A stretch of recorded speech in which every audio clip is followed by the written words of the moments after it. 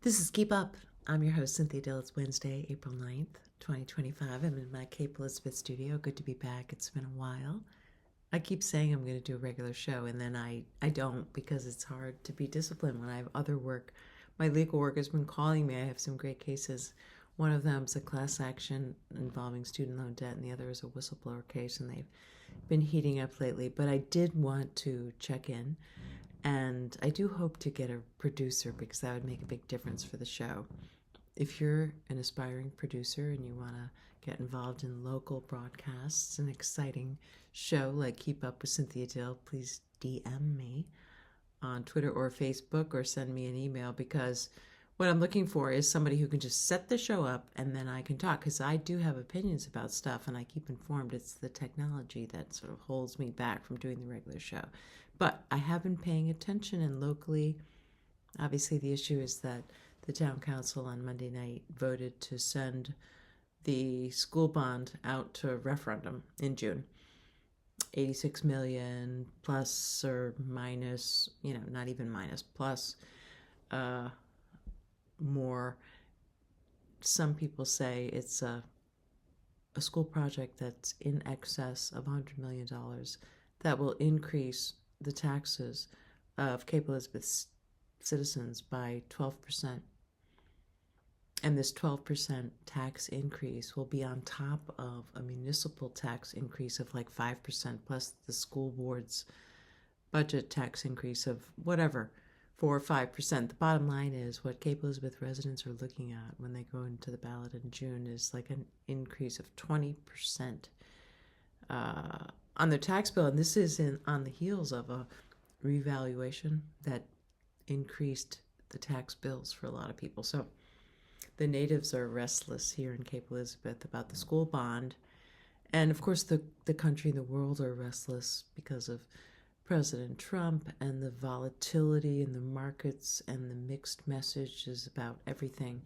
And of course, in Maine, we have been the source of a lot of attention because the spotlight has been shown on our ridiculous law about gender identity. And I just want to talk for a minute about that, because we're in this position now where in Maine, anybody who identifies as a woman can play on a sports team or enter a locker room or, engage in things normally reserved for women just by expressing themselves because of a law that was passed in 2019.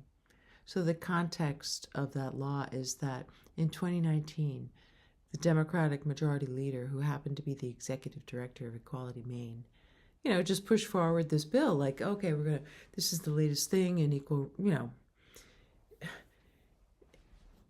It was a non-issue to include gender identity in the Maine Human Rights Act, but there was nobody who was there to fully analyze what the repercussions would be for Maine women and girls and what the repercussions would be for the state of Maine in terms of receiving federal funding, because the law, as it was passed, elevates gender identity over biological sex. So this is in 2019. One person sponsored the bill, like 5 or 6 special interest groups, all aligned with Equality Maine, stood up and said, yeah, this sounds like a good idea. A couple of health clubs were like, this might cause some problems, like in locker rooms, but that was basically ignored. So gender identity gets stuck in the Maine Human Rights Act in 2019, and not a single person had come forward with any anecdotal or real evidence of having been discriminated against on the basis of gender identity. In fact, the testimony of the Maine Human Rights Commission is that, well, gender identity is already included in the Maine Human Rights Act, so there's no need to add this on. It's just that this interest group, like one person says, well, there's this really important difference between sexual orientation and gender identity, because sexual orientation is, about like who you're attracted to, whereas gender identity is who you are as a person. And so that's why we should include gender identity as a protected class in the Maine Human Rights Act. Okay, so that sounds okay, maybe innocuous, but hello, really how it's been interpreted, how it's been applied. Well, we can see it in the Greeley case, right? The young man who was a young man as a junior in pole vaulting came in 5th place and decided to identify, or did in fact identify as a girl, as a senior in the pole vault state championship and won. And the girls, the biological girls, were not too happy with that, as you can imagine. One of them bravely penned an op-ed that was published.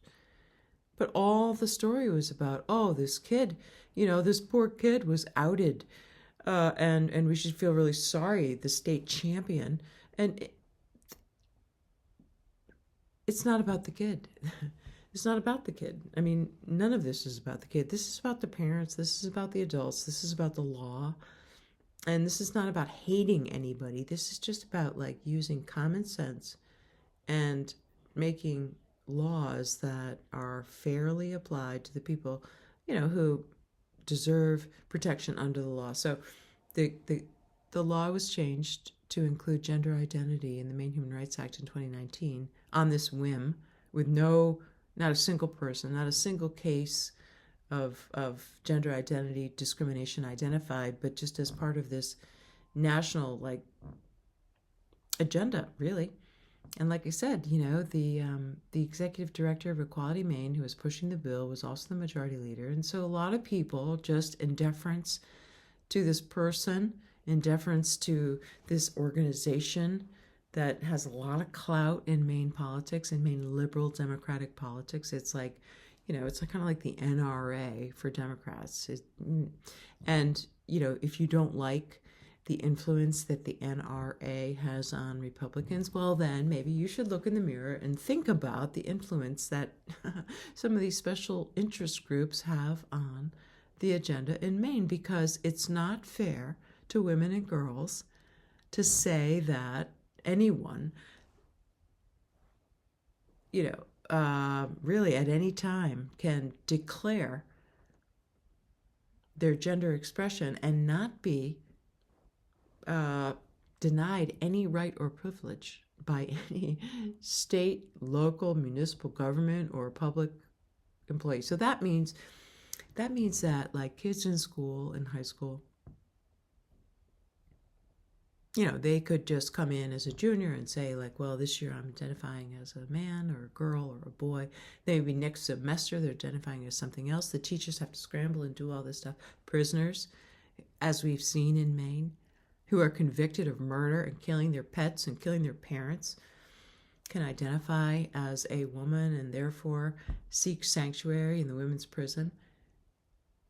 Athletes who, want to perhaps take advantage of scholarship opportunities, maybe some sponsorship cash, can identify as a woman and play in women's sports. Because what happens is when you put gender identity as a protected status, it erases the science of discrimination on the basis of sex. Because if you say that there's no differentiation between men and women on the basis of sex, it's just all about feelings, then it's impossible to make the case that you're discriminated on the basis of sex. To me, the equivalent of stating that there's no biological difference between men and women is saying that the earth is flat. So if you want to call me a trans exclusive female because I actually believe in the science, the biology that separates male from female, for the most part, I get that there's a 0.005% of people who don't fit into this category, but that's, for the most part, right? Women have 2 X chromosomes, men have XY, and the biological sex of a person is determined, at the point of fertility. And maybe you're not willing to accept that science, but if you are, and if you're a feminist, then Maine's law about gender identity just really just throws you under the bus. In Maine, women are not protected. There's no right to have a single-sex bathroom. There's no right to have women's sports. There's no right to have your kids, when they show up at YMCA camp and you think your girls are going to be in the girls' dorm. Well, if a couple of boys decide that they're going to identify as girls, they can go in. And maybe you think I'm being hateful, and you don't think I know trans people, and you don't think I have any personal skin in the game, and you would be mistaken. You would be mistaken. I, in fact, do have skin in the game, and I'm very aware of many transsexual people who have lived for decades without any kind of problem.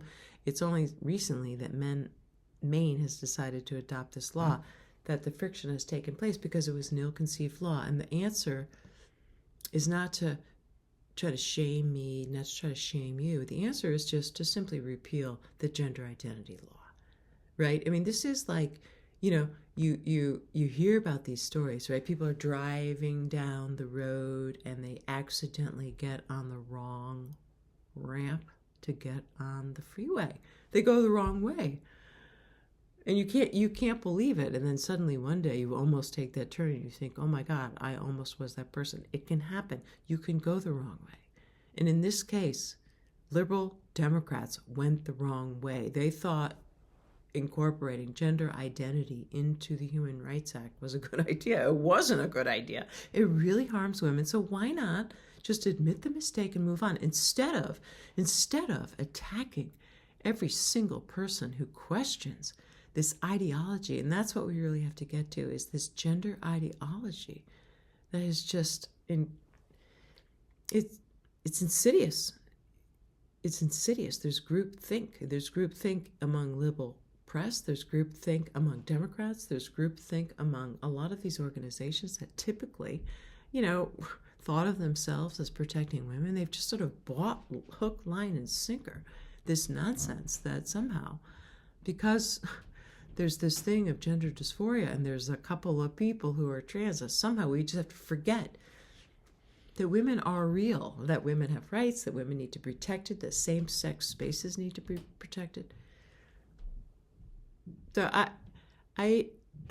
people who are paying attention, I hope everyone keeps an open mind to the idea that what I'm saying is not about going back. It's not about denying trans people the full experience of life. It's not that at all. It's actually going forward. I'm actually thinking forward, that we need to move beyond a society that labels everybody by sexual orientation, because that is nonsense and there's no utility to it.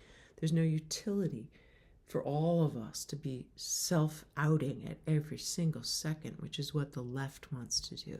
They want everybody to dwell every minute on people's sexual orientation as if navel-gazing about who you want to have sex with or what you think about your gender is, the creme de la creme of all thoughts, where I think the story of America is better than that, and we want to climb higher than that. And so we need to, maybe as a society, accept that thanks to the Supreme Court, everybody can get married regardless of gender, regardless of who you are. You can express yourself to your heart's desire. But men are different than women, and women deserve to have women's sports and women's prisons and women's shelters and women's dorms. And the legal framework is in place if, in fact, there is a person who has gender dysphoria, who has gender incongruence, who needs to have some accommodation made on account of this disability that they have. Well, there's a framework that allows for that sets up a system of analysis that's fair and just, taking into account what would be reasonable to accommodate this person given the circumstances, as opposed to what the liberal extremists want, which is this gender identity thing, which is anybody can say at any time. Just put down the card. Oh no, I'm expressing myself as A, B, C, D, E, and therefore you person, you have to act now, otherwise I can sue you. And that's not good. That's not where we're at. That's not who we are as a country. And that's not fair. It's not fair to women and girls. And so I think, everybody just keep an open mind that this isn't about discriminating against trans people, because trans people in Maine have had equal rights under the law since 2005. Okay, it's illegal to discriminate on the basis of gender expression. So what that means is if you're somebody who feels that you've been discriminated against on the basis of your gender expression, you have rights to go into the Human Rights Commission, make a complaint, make your case. You have the burden of proof. You got to prove it by preponderance of the evidence. Good luck to you. That's what I do for a living. That's what I've done for a living for like the last, 100 years. But what's happening today is different than that. What's happening today is not saying that people who are discriminated against, don't have any rights. What's happening is now is saying, denying science, denying that women are real, equating women to anyone who believes they're a woman, which makes it impossible to make any sort of legitimate claims of sex discrimination. So gender identity laws discriminate against women, and they don't do anything for transgendered people that the law didn't do previously. So the simple thing is just to repeal it and to not attack people who are wanting to protect women's sports and women's spaces and women's identity. And it's not fair to attack women for not accepting the ideology that's being fed to us by these extremist groups that somehow women are the same as trans men. It's one thing to say you have to tolerate people's beliefs. I tolerate, if you believe as a man that you're a woman, all the power to you. I respect your right to believe that. But if you think I have to believe it under the power of law, no, this is America, and I have rights too, and I have a right to an opinion about science. And just like the Earth isn't flat, men with gender dysphoria are not women, and trans people deserve respect and equal opportunity under the law and to be free from discrimination. But they don't get, to elevate their feelings over science. So that's it. It's hard for me to keep up really on a day-to-day basis with this issue because it's constantly changing. Just today, Pam Bondi, the United States attorney, said that she is, on behalf of the Trump administration, withholding certain funds from the Corrections Department because of the policy of allowing transgendered women, so-called, in with women prisoners. And, hello, these are the consequences. Laws have consequences. So if Maine thinks that its policies are just, then I guess it can defend it. But really, is that really in the best interests of Maine people, is to have the Attorney General for the state of Maine fight tooth and nail for rights that,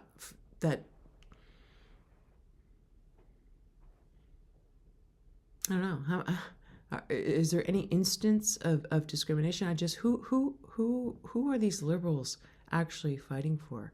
I feel that they're just doing such a disservice to children.